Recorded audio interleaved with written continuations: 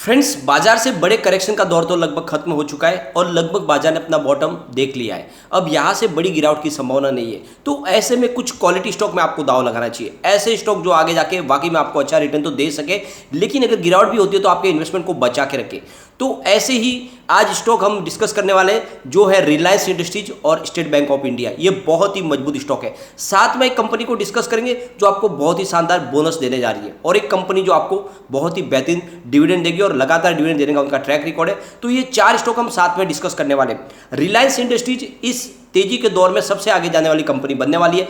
Already हमने पहले भी कहा था कि जब इस नई तेजी की शुरुआत होगी तो इसको लीड करेगी रिलायंस इंडस्ट्रीज, तो बिल्कुल वैसा ही होने वाला है। इस बार रिलायंस इंडस्ट्रीज बहुत तेजी से आगे जाने वाला है और इसके पीछे वजह है इनके कारोबार में लगातार होते हुए बदलाव। कंपनी अपने बिजनेस को लगातार फैला रही है और एक एक नए सेक्टर में एंट्री करते जा रही है। तो ऐसे में रिलायंस इंडस्ट्रीज में इस समय एंट्री का मौका बनता है और यहाँ पे इस प्राइस पे आप खरीदारी कर सकते हैं। तो बहुत सारी अपडेट है जिनको एक एक करके डिस्कस करेंगे। दूसरी तरफ अगर आप देखोगे तो सबसे बड़ी सरकारी बैंक यानी स्टेट बैंक ऑफ इंडिया बहुत ही मजबूत बैंक, और इस लेवल पे खरीदारी के लिए बिल्कुल सही समय यहाँ पे आपको एंट्री कर लेनी चाहिए। बहुत कम समय यहाँ पे अच्छी तेजी बनती हुई दिखाई देगी। यहाँ पर भी बहुत सारी अपडेट है जिनको एक एक करके डिस्कस करेंगे। तो इन सारी बातों को जानेंगे इस वीडियो के माध्यम से। लेकिन फ्रेंड, उससे पहले अगर आप पहली बार हमारे चैनल पे आए तो चैनल को सब्सक्राइब कर दीजिए, एक बेल आइकॉन दबा दीजिए ताकि जब भी नया वीडियो बने पहला नोटिफिकेशन आपको मिले। वीडियो पसंद आए तो लाइक शेयर जरूर कीजिए। चलो फ्रेंड्स, वीडियो स्टार्ट करते हैं। मैं हूं आपका दोस्त SB दवे और हमारे अपने चैनल ऑनलाइन कमाई में आपका बहुत बहुत स्वागत है। अभी 12 बजे के आसपास का टाइम है। रिलायंस इंडस्ट्रीज की बात करें तो फिलहाल स्टॉक 2646 पर है, जहां पे हमें 0.54% की तेजी देखने को मिले, यानी आधा प्रतिशत ऊपर है स्टॉक और काफ़ी मजबूत लग रहा है इस लेवल पे। इसकी परफॉर्मेंस अगर हम देखें तो 2016 इसका 52 वीक का लो है, 2856 इसका 52 वीक का हाई है। फिलहाल स्टॉक आपको 2650 के आसपास मिल रहा है। यहाँ पे बिल्कुल एंट्री की जा सकती है। जैसे कि आपको पता ही होगा, फ्यूचर ग्रुप डील को कैंसिल किया गया है रिलायंस की तरफ से, लेकिन अब किशोर बियाणी फिर से अपने बिजनेस को बेचने की कोशिश करें। तो यहाँ पे अगर आप देखोगे तो किशोर बियाणी की तरफ से इनका जो लॉजिस्टिक का बिजनेस है और साथ में इनका जो सप्लाई चेन का बिजनेस है वो अब बेचना चाहते हैं रिलायंस इंडस्ट्रीज को, जिसके साथ में उन्होंने फिर से नई बातचीत शुरू की है। दूसरी तरफ जो इनका लाइफस्टाइल फैशन का जो बिजनेस है वो बिजनेस के लिए वो प्रेमजी ग्रुप से बातचीत करें और साथ में राकेश झुंझुनवाला से बातचीत चल रही है। तो वो अपने बिजनेस को अलग अलग तरीके से बेचना चाहते हैं। जो पूरी डील कैंसिल हो चुकी है, तो यहाँ पे अब वो फिर से नई सीरीज से रिलायंस इंडस्ट्रीज से बातचीत शुरू करें ताकि वो अपना जो लॉजिस्टिक का और सप्लाई चेन का जो बिजनेस है उनको बेच सके और इस मुसीबत से बाहर निकल सके। हो सकता है रिलायंस इनके इस बिजनेस को इस बार अभी नए शर्तों के साथ खरीद ले, तो रिलायंस के लिए फिर से अपॉर्चुनिटी निकल कर आई है। अब यहाँ पे एक और बड़ी बहुत ही शानदार खबर निकल के आ रही है। तो जर्मनी की रिटेल चेन बिजनेस है मेट्रो कैश एंड कैरी, उस बिजनेस को वो अपना बेचना चाहते हैं इंडियन यूनिट से। तो उसको खरीदने के लिए अब रेस में रिलायंस इंडस्ट्रीज, अदानी ग्रुप और एक यहाँ पे देखोगे तो थाईलैंड की कंपनी है CP ग्रुप, ये तीनों मिलकर वहाँ पे खरीदने के लिए रेस में खड़े हैं। अगर इसका कारोबार देखें तो कम से कम 31 स्टोर्स है और 5000 डायरेक्ट इनके एम्प्लॉयज़ है। तो इनका ये कारोबार है, खरीदना चाहते हैं रिलायंस इंडस्ट्रीज। अब साथ में अदानी भी है, हो सकता है कि रिलायंस के हाथ में बिजनेस भी आ जाए। तो रिलायंस लगातार अपने बिजनेस को बढ़ा रहे हैं। ऐसे में आपको रिलायंस इंडस्ट्रीज के इस लेवल पे खरीदारी करनी ही चाहिए। यहाँ पे अगर आप देखोगे तो कंपनी आपको लगातार बोनस भी देती है और डिविडेंड भी देती है, ये सबसे अच्छी बात है। इससे पहले अगर आप देखोगे तो 1:1 के रेशियो में आपको बोनस दिया था 2017 में, तो वहाँ पे 1:1 के रेशियो में आपको बोनस दिया गया था। हो सकता है कि इस साल कंपनी फिर से आपको बोनस दे, क्योंकि कंपनी के कारोबार में काफ़ी वृद्धि दिखाई दे रही है। इससे पहले उन्होंने 2009 में भी 1:1 के रेशियो में बोनस दिया था। इससे पहले उन्होंने 1997 में 1:1 के रेशियो में बोनस दिया था। तो अगर आप देखोगे तो लगातार इनका अच्छा खासा ट्रैक रिकॉर्ड है बोनस देने का, और मुझे लगता है कि इस साल बोनस की संभावना बन सकती है।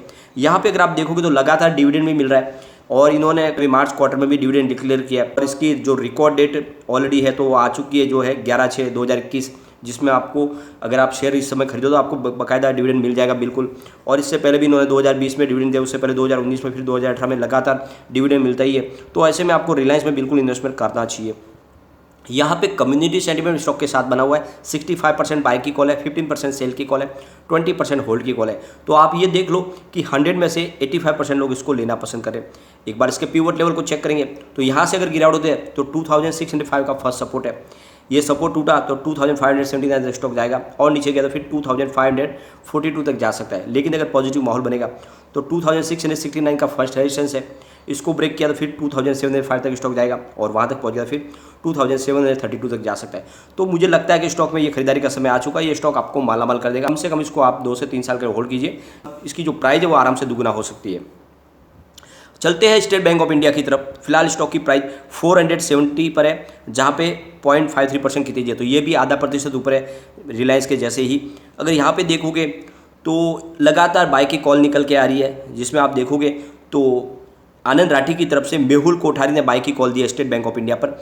उनका कहना है कि 475 के आसपास आपको खरीदारी करनी चाहिए और इसका स्टॉप लॉस लगाना चाहिए आपको 462 का।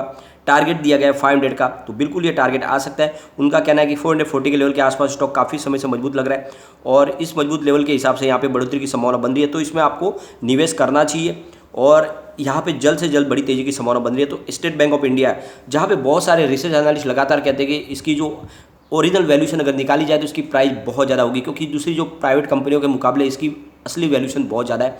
तो ऐसे में state bank of India under value stock लग रहा है, यहाँ पे एंट्री की जा सकती है। यहाँ पे अगर देखोगे तो इनका कारोबार लगातार बढ़ रहा है।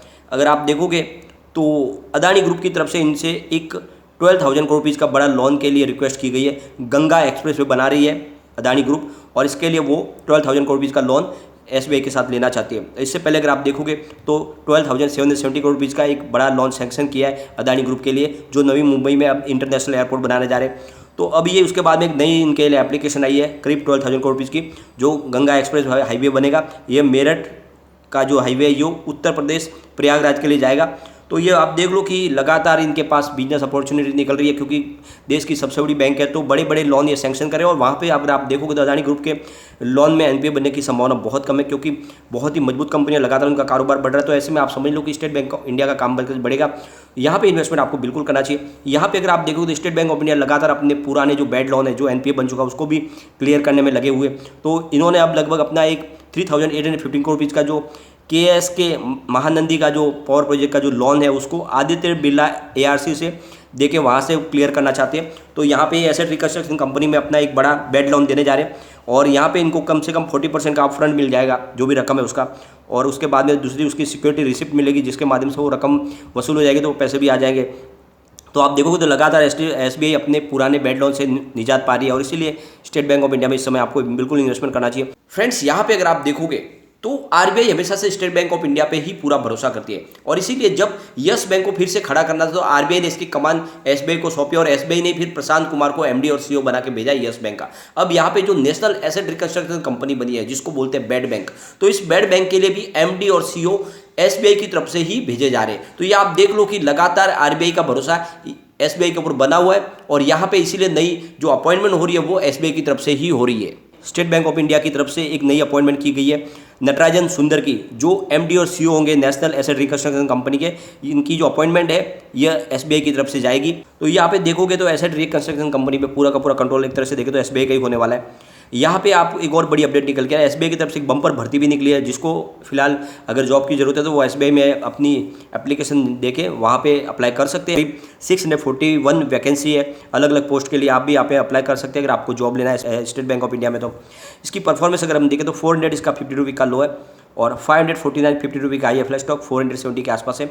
यहाँ पे बिल्कुल एंट्री आपको करनी चाहिए। कम्युनिटी सेंटीमेंट देखें तो 81% बाय की कॉल है, 19% सेल की कॉल है। तो लोगों का रुझान स्टॉक की तरफ पूरी तरह से बना हुआ है और 100 में से 81% लोग इसको लेना पसंद करते हैं। आपको भी एंट्री कर लेनी चाहिए। अगर इसके पिवट लेवल को हम चेक करें तो यहाँ से अगर गिरावट होती है तो 463 का फर्स्ट सपोर्ट है, यह सपोर्ट टूटा तो 458 तक स्टॉक जाएगा और नीचे गया तो 451 तक जा सकता है। अगर पॉजिटिव माहौल बना तो 474 का फर्स्ट रेजिस्टेंस है, इसको ब्रेक किया तो फिर 481 तक स्टॉक जाएगा और वहाँ तक पहुँच गया फिर 486 तक भी जा सकता है। बिल्कुल यही मौका खरीदारी करें, क्योंकि बाजार में अब बड़ी गिरावट की संभावना बहुत कम हो गई है। आप देखोगे तो लगातार कंपनी डिविडेंड भी देती है, मई महीने के लिए डिविडेंड डिक्लेयर कर दिया है। तो यहाँ पे अगर आप देखोगे तो उससे पहले इन्होंने 2021 में डिविडेंड दिया था, उससे पहले 2017 में, फिर 2016 में और फिर 2015 में। तो लगातार आप देखोगे डिविडेंड मिलता है और इसलिए आपको डिविडेंड के लिए भी आपको इन्वेस्टमेंट करना चाहिए स्टेट बैंक ऑफ इंडिया में, क्योंकि काफ़ी मजबूत बैंक है। इन्वेस्टमेंट आपका यहाँ पे सुरक्षित है और दूसरी तरफ लगातार आपको डिविडेंड भी मिल रहा है, तो निवेश आपको करना चाहिए। अब हम चलेंगे उस कंपनी की तरफ जो आपको शानदार बोनस देने जा रही है। अगर आपको बोनस लेना तो आपको वरुण बेवरेजेस में निवेश करना चाहिए। फिलहाल स्टॉक की प्राइस 1093 के आसपास है, जहाँ पे 3.52% की बम्पर तेजी है आज। यहाँ पे अगर आप देखोगे तो वरुण बेवरेजेस आपको 1:2 के रेशियो में बोनस शेयर देने जा रही है, यानी आपके पास अगर 2 शेयर है तो आपको 1 शेयर बोनस मिलेगा। और इसकी अनाउंसमेंट डेट थी 28/4/2022 और इसकी रिकॉर्ड डेट है 7/6/2022। तो बिल्कुल, और एक्स बोनस डेट है 6/6/2022। तो 6 तारीख के पहले अगर आपके डीमेट अकाउंट में शेयर आ जाएंगे तो ये बोनस आपको मिल जाएगा। अगर आप बोनस लेना चाहते हो तो आपको बिल्कुल वरुण बेवरेजेस में निवेश करना चाहिए।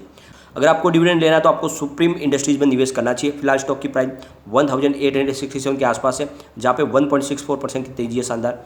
यहाँ पे कंपनी आपको डिविडेंड देने जा रही है करीब 1200% का, यानी पर शेयर आपको 24 रुपये का डिविडेंड मिल जाएगा। इसकी अनाउंसमेंट डेट थी 29/4/2022 और इसकी एक्स डेट है 21/6/2022। इसी महीने की 21 तारीख के पहले अगर आप शेयर खरीद लेते हो आपके डीमैट अकाउंट में आ जाएगा, तो बिल्कुल आपको डिविडेंड मिल जाएगा। तो ये आप अपने हिसाब से निर्णय ले सकते हैं, लेकिन यही मौका है जब आप स्टेट बैंक ऑफ इंडिया और रिलायंस में खरीदारी करिए। दोनों स्टॉक आने वाले समय आपको मालामाल कर देंगे। लेकिन फ्रेंड, कोई भी इन्वेस्टमेंट करने से पहले अपने फाइनेंशियल एडवाइजर से एक बार भी ले ले या अपना खुद का रिसर्च करें, क्योंकि मैंने वीडियो आपके एजुकेशनल पर्पज़ के लिए ही बनाया। वीडियो पसंद आई तो लाइक शेयर जरूर कीजिए और चैनल को सब्सक्राइब कर दीजिए।